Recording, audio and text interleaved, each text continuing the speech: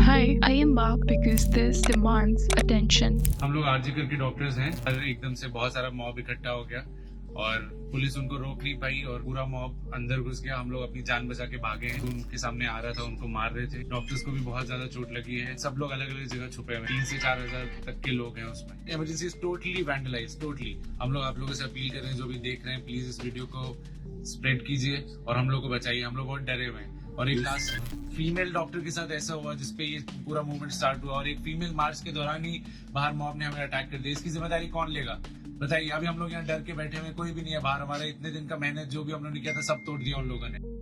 ये वीडियो है RG Kar medical college के डॉक्टर्स की और ये घटना है एक डॉक्टर डेथ स्कॉलर दिया के रेप और मर्डर केस के बारे में, which unfortunately happened but thankfully got viral। और तब से जैसी डिटेल्स सामने आई हैं कि अगर ये वायरल नहीं होता तो इस केस को बहुत जल्दी दबा दिया जाता।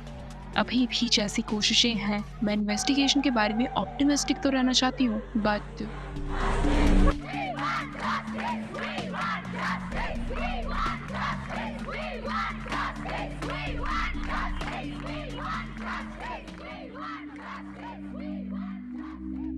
31 ईयर्स ओल्ड दिया चेस्ट मेडिसिन डिपार्टमेंट में पीजी सेकेंड ईयर की ट्रेनी थी। वो हॉस्पिटल में अपनी 36 आवर्स ड्यूटी कंप्लीट कर रही थी। ऐसे ही काम होता है पीजीडी डॉक्टर्स का।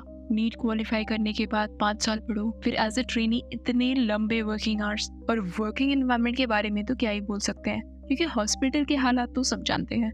अनहाइजीनिक वॉशरूम्स, गंदे बेड्स, इवन फीमेल डॉक्टर्स के लिए भी कुछ भी अवेलेबल नहीं होता। और कई हॉस्पिटल्स में तो सिक्योरिटी के बारे में भी भूल ही जाओ।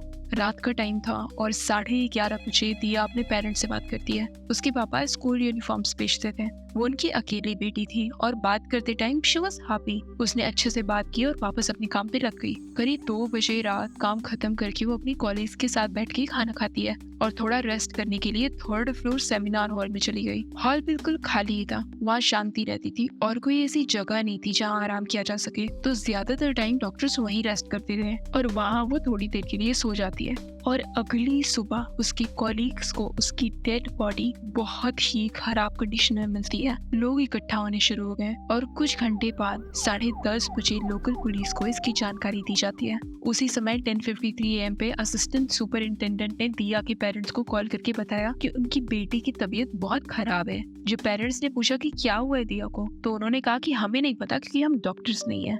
उसके ठीक 22 मिनट बाद उसके पेरेंट्स को बताया गया कि उनकी बेटी ने सुसाइड कर लिया है। अगर ये कवर अप नहीं है तो और क्या है, क्योंकि बॉडी देखने के बाद कोई बेवकूफ भी इसे सुसाइड नहीं बोलता। दिया की बॉडी पे कई चोट के निशान थे। चश्मे का टूटा ग्लास आंख में घुस गया था, जिसकी वजह से दोनों आंखों से खून निकल रहा था। नीचे की बॉडी पे कोई कपड़ा नहीं था। उसके मुंह और प्राइवेट पार्ट से ब्लीडिंग हो रही थी। दोनों पैर राइट एंगल्स पे मुड़े हुए थे। आसपास की चीज खून से भीग चुकी थी, लेकिन पुलिस ने इसे सुसाइड डिक्लेयर कर दिया। बाकी पीजीडी डॉक्टर्स इमरजेंसी डिपार्टमेंट के अलावा सारे डिपार्टमेंट्स में काम बंद करके प्रोटेस्ट करने लगे। उनकी डिमांड थी कि क्रिमिनल्स को बचाने के बजाय उन्हें सजा दी जाए। दोपहर 1 बजे तक पेरेंट्स हॉस्पिटल पहुंच गए और उन्हें पूरे 3 घंटे तक अंदर नहीं जाने दिया गया। वो रिक्वेस्ट करते रहे कि उन्हें जाने दिया जाए, लेकिन 3 घंटे तक उन्हें अपनी बेटी को देखने नहीं दिया गया। इसी बीच मेडिकल कॉलेज के प्रिंसिपल संदीप घोष ने कहना शुरू कर दिया कि विक्टिम ने साइकोसिस के चलते सुसाइड कर लिया है। Just imagine the condition of the parents right now.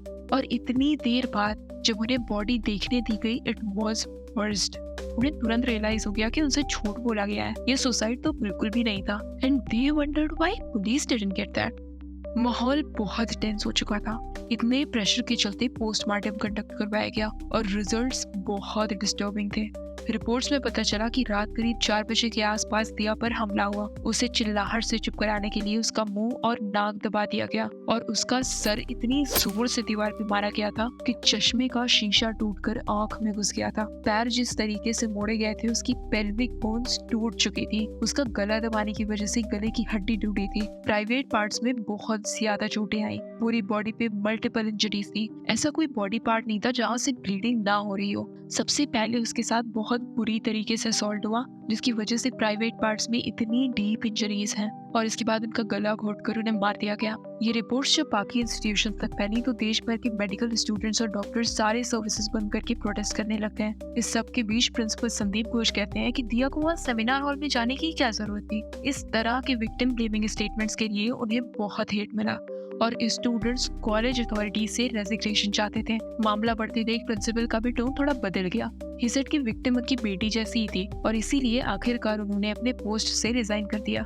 But you won't believe this, 8 घंटे के अंदर इस आदमी को कैलकाटा नेशनल मेडिकल कॉलेज का प्रिंसिपल बना दिया जाता है। और जब उस कॉलेज के स्टूडेंट्स को ये चीज पता चली, वहाँ के स्टूडेंट्स ने दरवाजे पर ताला लगा दिया और उन्हें अंदर ही नहीं घुसने दिया। चीफ मिनिस्टर ममता बनर्जी इतने प्रेशर के चलते तैयार हो गई कि अगर 6 दिन के अंदर कोलकाता पुलिस इन्वेस्टिगेशन नहीं खत्म कर लेती तो ये केस सीबीआई को दे दिया जाएगा।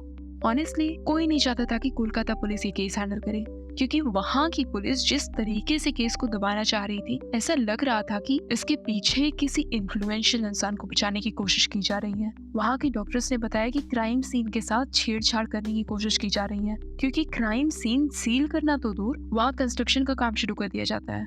ये हैंडल कर रही थी पुलिस। उस हॉस्पिटल में कुछ सीसीटीवी कैमरास लगे थे और उनकी फुटेजेस को खंगाला गया। उस रात जितने भी लोग वहाँ से आए गए, उनकी जांच हुई तो सारे हॉस्पिटल स्टाफ ही थे, एक आदमी के अलावा, संजय रॉय। सीसीटीवी फुटेज में ये आदमी 4 बजे के आसपास आता है और 40 मिनट बाद चला जाता है। जांच में इसके जूते पर खून के निशान मिले।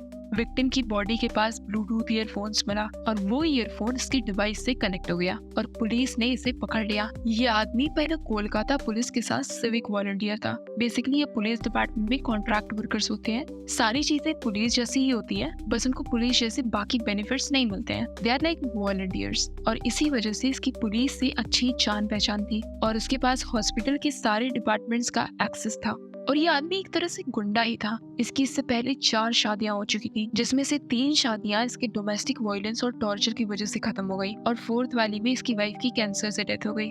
This man is a born addict and a womaniser. पूछताछ में इसने एक्सेप्ट कर लिया कि हाँ, मैंने ये क्राइम किया है एंड ओपनली सेड कि मुझे फांसी की सजा देना है तो दे दो। इंटेरोगेशन में पता चला कि उस रात ये बहुत ड्रंक था। इतनी बेरहमी से मर्डर करने के बाद ये वापस लौट के अपना कपड़ा धुलता है और जाकर सो जाता है। पुलिस एविडेंस और कन्फेशन इकट्ठा करने के बाद इसे अरेस्ट कर लेती है, लेकिन डॉक्टर्स का ये मानना नहीं है, बिकॉज उन्होंने रिपोर्ट्स देखी हैं। उनके हिसाब से this is a gang rape and people are being saved, क्योंकि जिस तरीके की बर्बरता की गई है, बॉडी जिस स्टेट में पाई गई है, रिपोर्ट्स में बॉडी से 150 ग्राम सीमेन मिला है। ये एक आदमी का काम नहीं हो सकता और ऊपर से ये आदमी नशे में था। 30-35 मिनट में इतना ब्रूटैलिटी, ये पॉसिबल नहीं हो सकता। जब ये केस हाई कोर्ट में रजिस्टर हुआ तो स्टेट गवर्नमेंट ने बताया कि वो ट्रांसपेरेंट इन्वेस्टिगेशन कंडक्ट कर रहे हैं। प्रिंसिपल ने इस क्राइम को सबसे पहले रिपोर्ट किया था और कोर्ट के पूछने पर पता चला कि पुलिस ने प्रिंसिपल का स्टेटमेंट रिकॉर्ड ही नहीं किया था। ये सब इरेगुलरिटीज देखते हुए कैलकाटा हाई कोर्ट ने तुरंत ही इस केस को सीबीआई को देने का फैसला सुनाया। जज ने प्रिंसिपल के दूसरे कॉलेज में इतनी जल्दी रीअपॉइंटमेंट पर भी सवाल उठाए और जज ने ये भी कहा कि ये काफी सस्पिशियस है कि प्रिंसिपल ने इतनी देर तक क्राइम रिपोर्ट नहीं किया था। कोर्ट ने कहा कि उसके अगले आदेश तक प्रिंसिपल को अपने नए पद से हटाया जाए और उसका स्टेटमेंट तुरंत ही रिकॉर्ड किया जाए। अब केस सीबीआई को दे दिया गया था। कोलकाता पुलिस का काम यहाँ खत्म था। सीबीआई पहुंचने वाली थी और उसी दिन से अपनी जांच पड़ताल शुरू करने वाली थी। तो 15 अगस्त इंडिपेंडेंस डे को फीमेल डॉक्टर्स ने बहुत ही peaceful reclaim the night candlelight protest रखा। लेकिन जैसे ये प्रोटेस्ट शुरू होने वाला था, वहाँ बहुत भीड़ जमा हो गई और उन्होंने हॉस्पिटल और स्टाफ पर अटैक करना शुरू कर दिया। पत्थरबाजी हुई, स्टाफ, पेशेंट्स, सबको बहुत चोटें आई। उस भीड़ के रास्ते में जो भी आया हर चीज नष्ट कर दी गई। डॉक्टर्स जान बचा के भागे हैं and as of now police vehicles, emergency wards, even crime scene को वैंडलाइज कर दिया गया है। भीड़ इतनी ज्यादा थी कि पुलिस भी कुछ कर नहीं पाई और उन लोगों को भी बहुत चोटें आई। कई लोग अंदर घुस गए, इवन गर्ल्स हॉस्टल में घुस के हंगामा किया गया है। इतने खुले आम, जितने बदतर तरीके से शुरुआत से ही केस हैंडल किया गया है, लोगों को विश्वास हो गया है कि क्रिमिनल को बचाने की कोशिश की जा रही है और संजय रॉय अकेला कल्प्रिट नहीं है। स्टेट गवर्नमेंट को भी बहुत क्रिटिसिज्म मिला है, क्योंकि इन जनरल वेस्ट बंगाल में विमेन की कंडीशन, सेफ्टी मेजर्स बहुत ही खराब है। वैसे तो एक तरह से पूरे इंडिया में ही है। रेप केसेस तो जैसे दाल चावल हो चुके हैं and our outreach is only reserve for the extreme ones. अभी पिछला वायरल केस प्रज्वल रवन्ना का था, अगला कोई और होगा। ये ना आखिरी केस है, ना आखिरी वायरल केस। अभी एक केस मैं अपलोड करने वाली थी जिसमें ग्राउंड में खेल रही एक 5 साल की बच्ची के साथ उसी के सीनियर्स क्लास 6th और 7th में पढ़ने वाले लड़कों ने रेप करके मर्डर कर दिया क्योंकि वो वायलेंट एडल्ट वीडियोस देखते थे और उनका ट्राई करने का मन था। उन लड़कों के फादर और अंकल ने मिलकर उस बच्ची की बॉडी नदी में फेंक दी ताकि उनके ये 2 बच्चे पकड़े ना जाए। Just think about it, class 6th और 7th में पढ़ने वाले बच्चे हैं ये। और इन सारी घटनाओं से ना सबसे ज्यादा दिक्कत लड़कियों को ही होगी। उनके पेरेंट्स उन्हें पढ़ने या जॉब करने के लिए बाहर नहीं भेजेंगे because somewhere I relate with this. लड़कियों को बाहर ना जाने देना ही तो उन्हें बचाने का सबसे अच्छा तरीका है। लड़कियों को सिक्योरिटी पे इतना ज्यादा खर्च करना होता है just for something bad to happen on everyday basis.